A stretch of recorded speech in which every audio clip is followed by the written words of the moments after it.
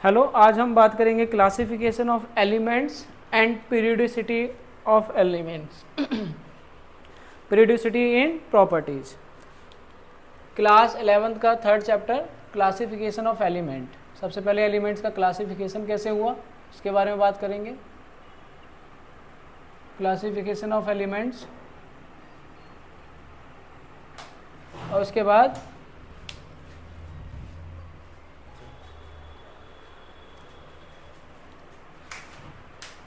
periodicity and properties,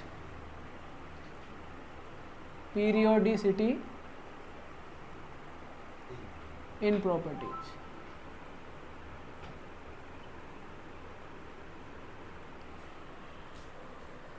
इसमें हम कुछ आपने 10th क्लास में भी कुछ रूल पढ़े हैं, जैसे कि न्यूलैंड्स, डॉबेराइनर, और उसके बाद बताइए।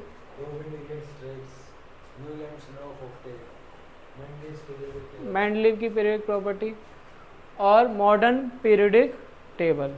तो सबसे पहले हम पढ़ेंगे डॉबेराइनर।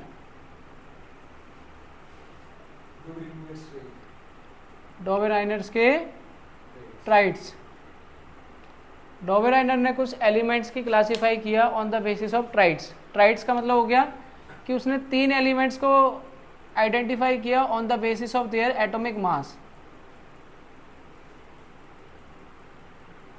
उसने एटॉमिक मास को इंक्रीजिंग ऑर्डर में लगाया, लेकिन वो काफ़ी कम एलिमेंट्स को आइडेंटिफाई करवाया। जैसे उसने आइडेंटिफाई किया लिथियम, सोडियम और पोटेशियम। लिथियम का मास लगभग 7 होता है, सोडियम का मास 23 होता है और पोटेशियम का मास 39 होता है। तो उसने कहा कि फर्स्ट एलिमेंट और लास्ट एलिमेंट का मास,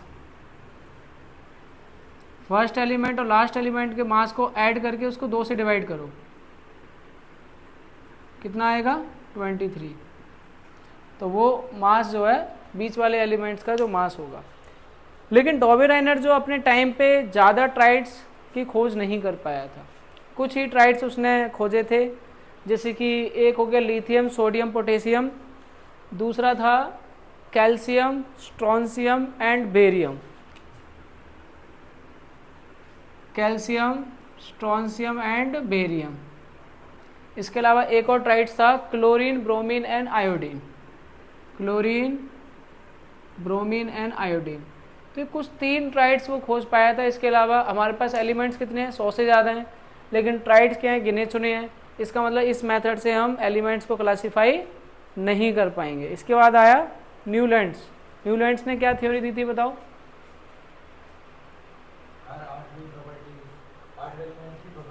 if we arrange the elements in their increasing order of their atomic mass, अगर हम किसी एलिमेंट्स को उनके इंक्रीजिंग ऑर्डर में लगाएं, मास के इंक्रीजिंग ऑर्डर में लगाएं, तो every 8 element is similar to the first element.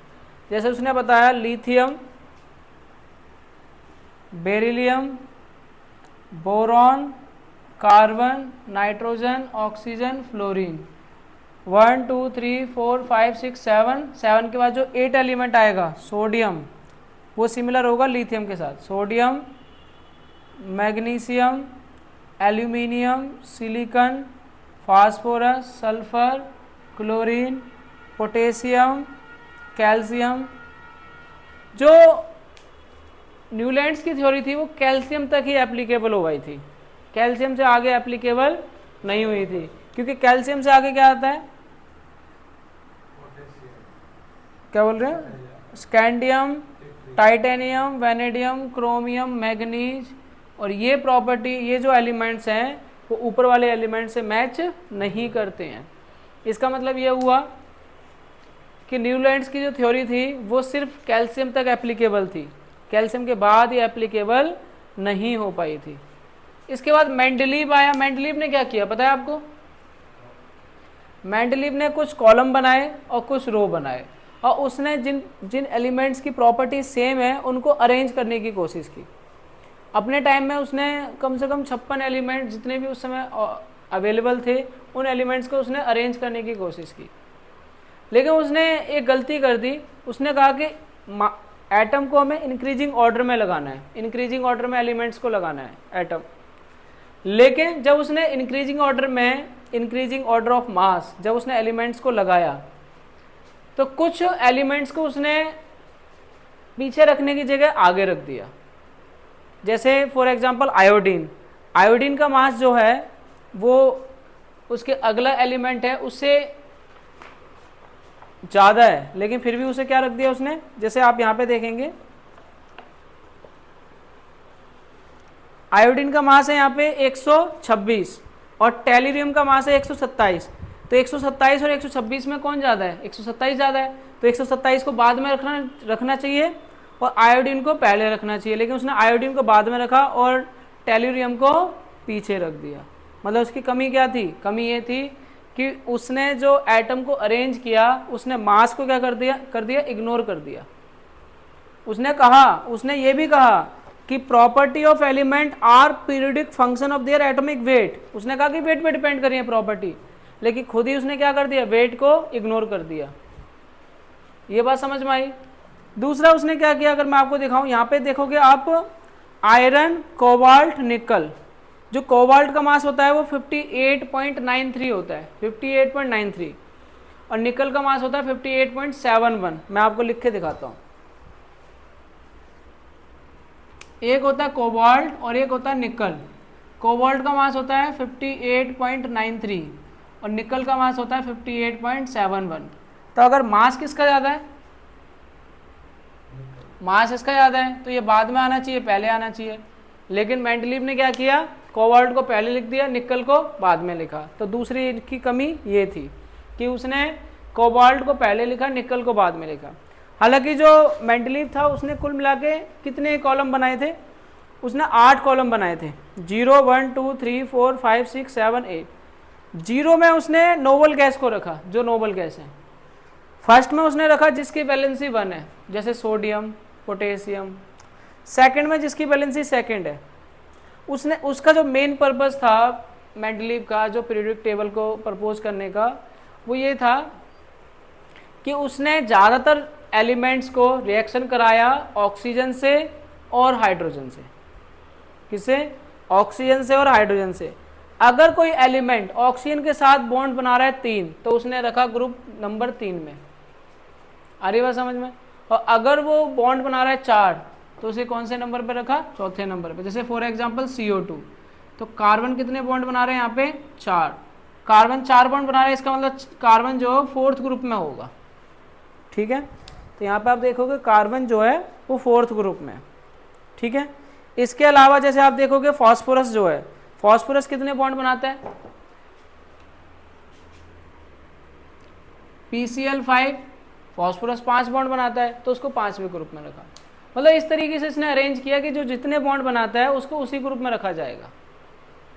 लेकिन ये जो इसमें कई सारी कमी थी। पहली बात, ये हाइड्रोजन को जगह नहीं दे पाया था, हाइड्रोजन को कोई जगह नहीं दी। और दूसरी कमी ये है कि कई बार क्या हुआ कि इसने कई सारे स्पेस खाली छोड़ दिए। एक तो अरेंजमेंट इसने गलत कर दी, एक एक कॉलम में 3-3 एलिमेंट्स रख दिए, एक एक बॉक्स के अंदर 3-3 एलिमेंट। जबकि अब मॉडर्न पीरियोडिक टेबल है, उसमें आप देखते हो एक कॉलम के अंदर, एक बॉक्स के अंदर सिर्फ कितने एलिमेंट्स आएंगे?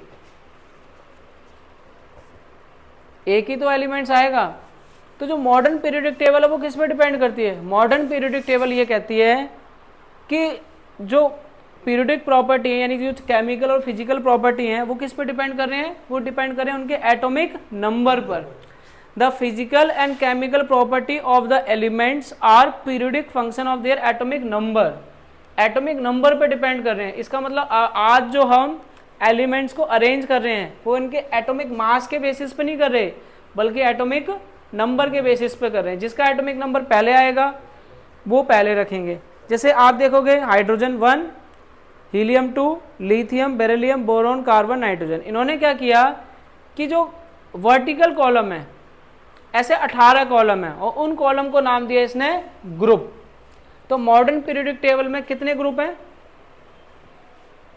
18।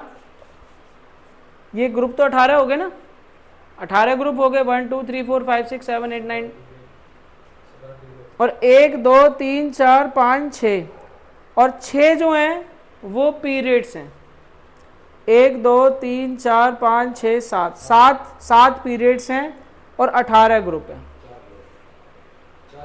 4 ब्लॉक हैं, S block, P block, D block और एफ ब्लॉक। ठीक है, ये जो डी ब्लॉक है इसको ट्रांजिशन एलिमेंट्स कहते हैं, और जो डी ब्लॉक है उसको इनर ट्रांजिशन, एफ ब्लॉक है वो उसको इनर ट्रांजिशन एलिमेंट कहते हैं। यानी कि हम ये कह सकते हैं कि जो ग्रुप हैं वो 18 हैं और जो आपके जो पीरियड हैं वो 7 हैं।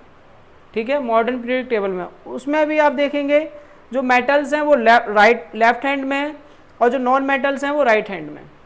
ज़्यादातर इसमें मेटल्स हैं, नॉन मेटल्स काफ़ी कम है, और कुछ कुछ मेटलॉइड्स हैं। ये मेटलॉइड्स हैं जिनकी प्रॉपर्टी मेटल और नॉन मेटल दोनों के इंटरमीडिएट होती है।